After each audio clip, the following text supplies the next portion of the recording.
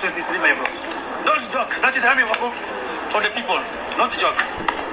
Don't joke to M23. Ni nuko twinjiye mu makuru akomeye agezweho kuri uyu mugoroba wo kuri uyu munsi wa kane w'indwi ku igenekerezo rya 15/02/2026. tureba situwasiyo ikomeye ihari yaba mu makuru arebana n'umutekano, politike, ububanyi n'amakungu ndetse n'ubuzima bwa munsi bw'abanyagihugu.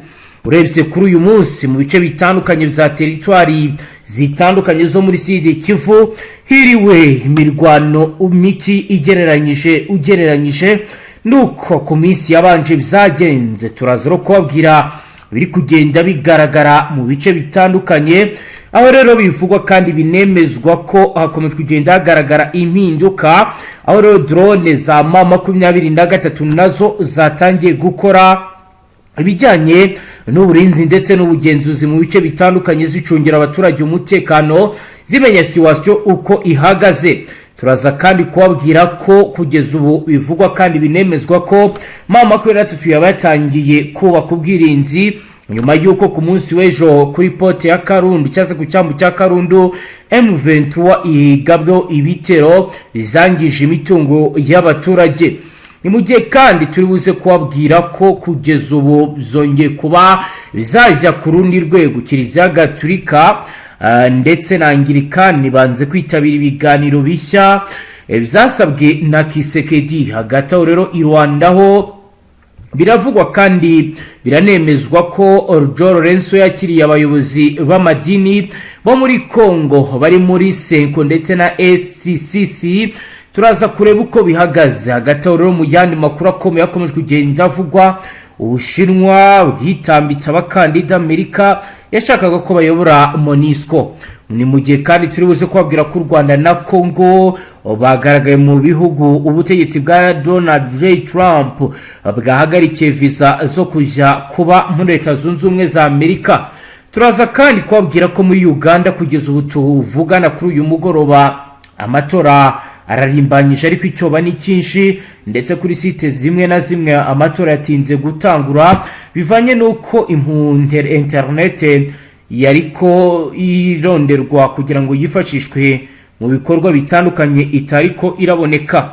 Turaza kureba uko ibingibi bihagaze ndetse turebe nuko abakurikirana ibi bariko barayaga kwibiri kubera muri Uganda bishobora kuza kuvamo ikindi kibazo. Ni muze rero tubane mu makuru mu buryo bwiramvuye. Ni mu gihe kandi harandi makuru akomeye avuga kuri umwe mu banyamurenge bakunzwe cyangwa se bagiye bumvikana kenshi bagaragaza ibibazo biri muri Kongo, bagaragaza agahinda baterwa n'ibyagiye biba ndetse bakanagaragaza ibitagenda neza. Akaba yaramenyekanye ku mbuga ngurukana bumenyi nka Fani. Kuri ubu rero akaba ari mu bibazo bikomeye cyane. Twagerageje rero kubona amwe mu makuru agaragaza situwasiyo hari. Reka tubabwire uko bihagaze noneho tugaruke twinjira mu makuru yacu mu buryo bwiramvuye turabakana ku kandi. Mwe mwakoranaga ibiganiro umunsi ku munsi. Rero mu by'ukuri kuvuga ibintu bya Fani ngewe numva nabibasha. Ni ibintu bigoye cyane, ni ibintu bigoye kumvikana, ariko nyine birababaje. Yego ubuse ndabihera he?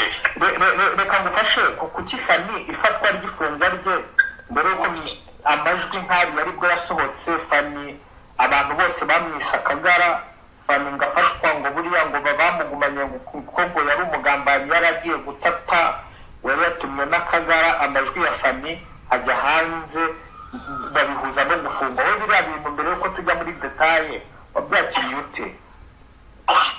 Biriya bintu byari byarapanzwe, byari byarapanzwe. Buriya mwebwe wenda mumenye ibi ngibi. Ndagira ngo mubwire yuko Fani ubundi burya na mbere cyagiye agibuka Uvira na burya Fani yarafashwe arafungwa. Fani Uvira ikimara gufatwa yarafashwe arafungwa.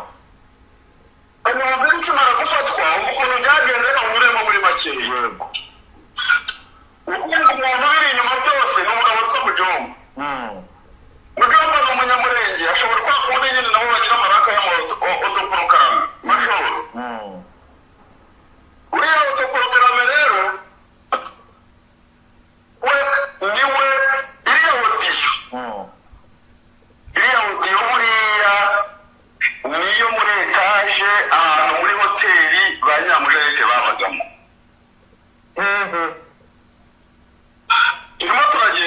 yego ari naho uriya mwana yinjiriye igisirikare muri hoteli i Bukavu. Fred hano rero aravuga bijyanye n'amajwi yari yarumvikanye afana avuga anenga ibyo musaza we yari yakoze byo kwinjira mu gisoda atarakoze imyitozo. Ntabwo rero habagamo hariya i Bukavu ni na metero nyere kuvuye mu Rwanda bikobwa nibuka izina rye ari we wahawe iyo odiyo. bivuze ko iriya odiyo Fani yaganiraga n'umwe mu bantu bari muri iyo hoteli. Ni umukobwa wabanaga nyamushariti muri hoteli. Yego noneho iyo odiyo Mujomba rero we Mujomba akaba umugabo wabo. ariko Mujomba nawe n'umwe muri twirwaneho. Yego rero ntibize gukoresha ngo mu moto proclame uwo Mujomba ni umwe muri twirwaneho dukora ikiganiro cyiza. Yego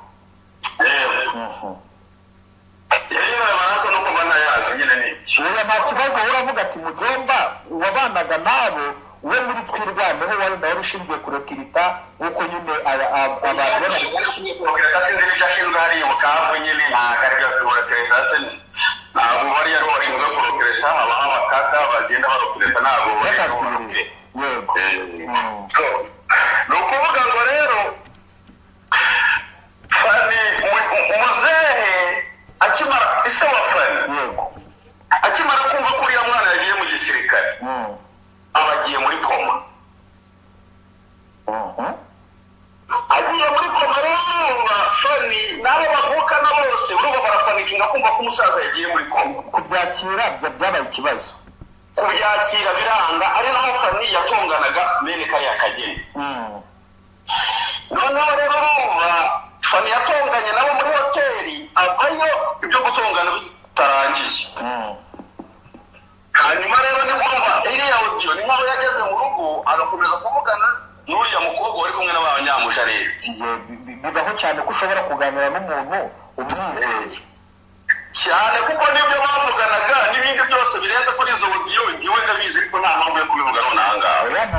Mu ncamake rero nuko bihagaze, reka dukomeze amakuru yacu duhita tujya ku ruhande rurebana n'ibiri kuvugwa muri politike. Tubabwire ko kuri uyu munsi wa gatatu w'indwi ku igenekerezo rya 14/2026 son excellence perezida wa Angola João Lourenço uyobora umuryango wa Afurika yunze ubumwe yakiriye i Rwanda muri Angola abayobozi b'amadini n'amatorero gatolika n'abapenteprotestante bo muri Repubulika Iharanira Intwaro Rusange ya Congo.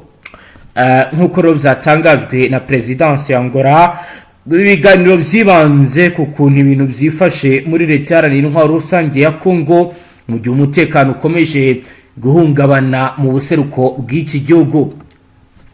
Ibiganiro nk'uko Perezidansi ikomeza ibivuga bije nyuma y'uruzinduko rwa Perezida wa Repubulika Iharanira Intwaro Rusange ya Congo son excellence Félix Antoine Tshisekedi Tshilombo i Rwanda. Mu cyumweru giheze umukuru w'igihugu cya Congo yakoze uruzinduko inshuro ebyiri mu murwa mukuru wa Angola kugira ngo ajyaganire cyangwa se barebere hamwe ibijyanye n'ibibazo by'uburasirazuba bwa Congo, baho baganiriye na mugenzi we. Ni mu gihe kandi mu yandi makuru dufite nuko Kiliziya Gatolika na Anglikani byo muri Repubulika Iharanira Intwaro Rusange ya Congo bizamenyesheje Leta ya Congo ko bidateze kwitabira ibiganiro by'amahoro bishya byifuzwa na Perezida w'igihugu, kuko rero mu gihe bivugwa ko batemerewe kuba bayobora ibi biganiro. Kuva mu ntango za 2025 abahagarariye aya madini bakoze ingendo mu bice bitandukanye bya Congo mu gihugu ndetse bagiye no muri Afrika ndetse no muri Katari baganira n'abantu batandukanye ku cyafasha abanyekongo kubona amahoro arambye. Izi ngendo rero zari ziri muri gahunda yo gutegura ibiganiro by'amahoro bishya byari kuyoborwa n'amadini bigahuriza hamwe abanyekongo mu byiciro bitandukanye Kinshasa, birimo n'abarwanya ubutegetsi bwa Congo nk'ihuriro Alliance Fleuve Congo M23. Abashumba bakuru b'aya madini bagaragaje ko kugira ngo ibibazo byugarije Leta ya Congo kuva yabona ubwigenge bikemuke bisaba ko habaho ibiganiro by'amahoro bidaheza umunyekongo n'umwe, ariko ubutegetsi bwa Tshisekedi bwarabyirengagije. mu kwezi kwa 12 2025 nibwo Kisekedi yakoreye ingendo 3 muri Angola asaba Perezida João Lourenço kumufasha gutegura ibiganiro bizamoro bizahuza abanyekongo mu byiciro byose birimo n'abahagarariye AFC. Kisekedi yagaragarije João Lourenço ko yifuza ko abo muri Kiliziya Gatolika na Anglikani babyitabira nk'abandi aho kubiyobora. Bizakumvikana ko yamaze gutera utwatsi iyi gahunda y'amadini imaze umwaka itegurwa. Umuvugizi wa guverinoma ya leta ya Kongo Patrick Muyaya aherutse gushimangira ko ibiganiro by'abanyekongo bigomba kubera Kinshasa kandi ko kubera ko Kiliziya Gatolika n'Abanglikani bitamaganye ibikorwa byayifuse mu burasirazuba bw'iki gihugu gahunda byateguye idakwiye guhabwa agaciro. Ku itariki ya 14 z'ukwezi kwa mbere 2026 nibwo Perezida João Lourenço yakiriye rero abashumba bakuru ba Kiliziya Gatolika. Kuko rero twabibabwiye ibi bikaba rero byaramenyekanye ko mu kiganiro cyahuje João Lourenço n'abashumba nuko rero bamubwiye ko batazitabira ibiganiro bishya bya Kinshasa mu gihe Kiliziya Gatolika na Anglikani atari bo babiyoboye. Ibyifuzo bihabanye rero n'iby'ubutegetsi bwa Kisekedi n'aya madini biragaragaza guhuriza hamwe bigerageza guhuriza hamwe abanyekongo mu biganiro bishya za Kinshasa, kandi kuri ubu biragaragara ko umusaruro w'ibi biganiro ushobora kuza kuba iyanga.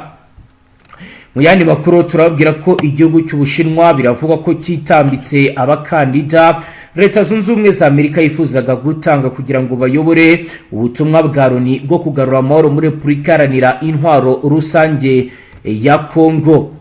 Kuva mu mpera za 2025 ubu butumwa nta muyobozi bufite nyuma yuko umunyagenea Madame Bintou Keita wari umuyobozi wabwo asoje manda ye. Amakuru aravuga ko leta ya Washington yifuzaga ko umunyamerika David Gressly wigeze kuba intumwa gihariye yungirije y'ubutumwa bwa MONUSCO na mugenzi we James Swan wabaye ambasaderi wa Amerika i Kinshasa hagati ya 2013 na 2016 bavamo umwe mu bayobozi ba MONUSCO. Ikinyamakuru cyinjira inkuru zikomeye ziremereza Politique Africa Intelligence kiravuga ko nubwo ishyirwaho ry'ugomba kuba umuyobozi w'ubutumwa bwa Loni muri Kongo riri mu bubasha bwihariye bw'umunyamabanga mukuru w'umuryango w'abibumbye Antonio Guterres, nawe yasabwe kubanza kugisha inama ibihugu bihoraho bigize akanama k'umutekano.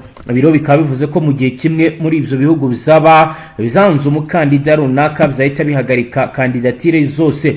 Ubushinwa nka kimwe mu bihugu bigize kare akanama bimaze iminsi bidacana uwaka na Amerika, ndetse buheruka kwamagana ku mugaragaro ishimutwa rya Perezida wa Venezuela ryakozwe na Amerika. Bivugwa ko mu gihe Ubushinwa bukomeje kwitambika ko umwe muri aba bari abanyamerika wayo ushaka kuyobora MONUSCO nanone aho buhagaze hashobora guhinduka mu gihe haba habaye ibiganiro byagutse. Ubushinwa ngo bushobora kwemera kohereza ririya shyirwaho rishobora kwemera korohereza iririya shyirwaho kugira ngo ubugere ku nsinzi mu zindi dosiye. Kuri ubu biteganyijwe ko umuyobozi mushya wa MONUSCO azamenyekana muri uyu mwaka, cyo kimwe n'abayobozi b'ubutumwa bwa Loni bwo kugarura amahoro mu bihugu nka Libya ndetse na Yemen. Nk'uko bigaragara, dukomeje amakuru yacu reka tujye mu gihugu cya Uganda. Hazindutseho amatora, n'amatora atari kuvugwaho rumwe, n'amatora komeje kugenda garukaho muri ubu buryo, aho kuri uyu wa kane ku igenekerezo rya 15/2026 abaturage bo muri Uganda berekeje ku matora mu bihe bitoroshye, mu gihe Perezida Yoweri Kaguta Museveni ashaka kuguma ku butegetsi amaze imyaka irenga 40. Biravugwa ko imbaga y'abantu iri ku mirongo miremire mu turere tumwe na tumwe kubera ko ibiro by'itora byatinze gufungurwa kandi ibikoresho byo gutora byagaragaye ko byatinze kunyuma y'igihe icyo biro bitarafungurwa. Amatora arimo kuba mu gihe internet yahagaritswe mu gihugu hose. Ikiro ni icyemezo cyafashwe kuwa kabiri ngo kugira ngo hakumirwe gukwirakwiza amakuru atariyo no gushishikariza urugomo, nubwo guverinoma yari yasezeranyije ko ibi bitazaba. Aya matora rero yahuriyemo Museveni uhanganye n'abandi bakandida barindwi barimo uwo bahanganye cyane kurusha abandi umuririmbyi uzwi cyane nka Bobi Wine Kyagulanyi, kuri ubu umaze kuzana impinduka zikomeye muri politike ya Afrika. Bobi Wine w'imyaka 43 y'amavuko yamamaye nk'uwitwa ghetto president kubera inkomoko ye ahantu hakennye. Yasezeranyije ko azarangiza icyo yise igitugu cya Museveni igihe yasabaga amajwi urubyiruko rurakajwe n'amahirwe make rubona mu bukungu kurenza 70% by'abaturage ba Uganda bari munsi y'imyaka 30. Hagati aho Museveni w'imyaka 81 wagiye ku butegetsi mu 1986 avuye mu ishyamba yiyamamaje rero asezeranya abakandida kurinda ibyagezwe, asezeranya abaturage kurinda ibyagezweho, anabasezeranya kubungabunga amahoro no kuzamura igihugu mu rwego rw'ibihugu zifashije nk'uko rabigaragaza, kandi abivuga akavuga ko iyi ariyo ntambwe ishobora kuba yarangiza ibibazo byose nk'uko bikomeje kugenda bigaragara. Mu yandi makuru rero andi makuru akomeye akomeje kugenda avugwa ku ruhando mpuzamahanga ni uko u Rwanda na Congo biri mu bihugu bizashyizwe ku rutonde Donald Trump yahagarikiye visa. U Rwanda na leta y'intwaro rusange ya Congo biri mu bihugu bishika kuri 75 leta zunze ubumwe za Amerika zagarikiye uburenganzira bwo guhabwa visa yo kuja kuba muri Amerika. Mu itangazo ryarayisowe n'ubushikiranganje bwa Amerika bujejwe imigenderanire, abanyagihugu b'ibihugu ntibasobanura kuronswa aya maviza kuva muri 2001 kuri 21/0/2026 gushika igihe kitazwi. Ku rutonde hariko ibihugu 26 vya Afrika n'ibindi vyo mu karere nka Tanzania, Uganda, Somalia, Sudan y'Epfo, byose biri mu muryango wa Afrika y'ubuseruko. Hagati aho abasanzwe bafise amaviza ntibakorwa ko n'ingingo nk'uko ubushikiranganje bubisigura. Basaba amaviza kuja kuba muri Amerika bava mu bihugu barashobora kwandika basaba amaviza kandi bakitaba n'ibibazo mbere y'ubushikiranganje buzobandanya butanga imibonano kugira ngo babazwe ibibazo, ariko nta maviza yabimukira azohabwa abanyagihugu bo mu bihugu biri kuri rutonde muri iki gihe nk'uko rero bigaragara. Ikaba rero hataramenyekana impamvu nyirizina ziri hagarikwa ry'izi visa nk'uko rero bikomeje kugenda bigaragara. Kugeza ubu kandi andi makuru akomeye akomeje kugenda avugwa najyanye n'ihungabana ry'umutekano bijyanye n'ihohoterwa ryagiye rigaragara mu bice bitandukanye. Reka rero turebe ibindi biri gutangazwa bijyanye n'ihungabana ry'umutekano mu bice bitandukanye by'ubuseruko bwa leta iharanira intwaro rusange ya Congo. Hari andi makuru rero agaragaza ibiri kugenda biba muri teritwari ya Rucuru, agaragaza ibyago ndetse n'akababaro gakomeye ku badamu batuye ahangaha nk'uko amakuru akomeje gusakara ku mbuga ngurukana bumenyi abigaragaza. Amakuru aragira ati abagore batatu mu bagore 30 bashimuswe n'inyeshyamba za FC mu kwezi kwa 12 ahitwa Bukombo muri teritwari ya Rucuru muri Kivu y'Amajyaruguru baracyari mu buroko. Imiryango yabo nta makuru yabo yigeze imenya kuva bashimutwa. Ibiro bikaba birushaho kuba byatera impungenge. Abagore bashinjwa kuba abagore b'abazarendo no guha abagabo baba amakuru ku ngendo z'abarwanyi ba FC bashimuswe bajyanwa mu nkambi irahitwa Rubona, imwe mu nkambi zifitwe n'inyeshyamba muri aka gace ka Rucuru. Muri rusange abandi bagore 27 bagiye barekurwa buhoro buhoro nk'uko amakuru ari va muri ibi bice ya Bukomba bivuga. Telefoni zabo zafashwe ubwo bashimutwaga nazo zarasubijwe, ariko nta makuru yatangajwe yerekeye iherezo ry'aba bagore ndetse n'ifungwa ryabo nk'uko abatanga amakuru bariko baragenda babisigurira bamenyesha amakuru. Bamwe mu baharanira uburenganzira bwa muntu muri teritwari ya Rucuru baravuga ko ibi ari urugomo ndetse ari uguhiga abantu. Barasaba ko aba bagore batatu basigaye mu maboko y'inyeshyamba barekurwa kugira ngo basubire mu miryango yabo. Bitubibutse ko abagore bagera kuri 30 bashinjwa n'inyeshyamba zefuse kuba batanga amakuru ku mutwe wa Zarendo, aho rero bashimuswe ku itariki ya 28 z'ukwezi kwa 12 2025 Ibukombo. Ingabo za Kongo nazo zashinje inyeshyamba kuba zarahohoteye aba bagore mu gihe cyo kubashimuta mbere yo kubajyana Irubona aho inyeshyamba zabaga kuri ubu nk'uko rero bigaragara ko ariho bafungiwe. ni nuko rero natwe dusoje amakuru ngaha tubashyikiriza amakuru atosoye y'abarabana n'umutekano, politike, ububanyi n'amakungu ndetse n'ubuzima bwa munsi bw'abanyagihugu. Kuri ubu dukurikiye bwa mbere ufyonde sabone ntuzongere gucika ukundi n'amakuru ndetse n'ibiganiro tubashyikiriza ngaha. Hasta la vista.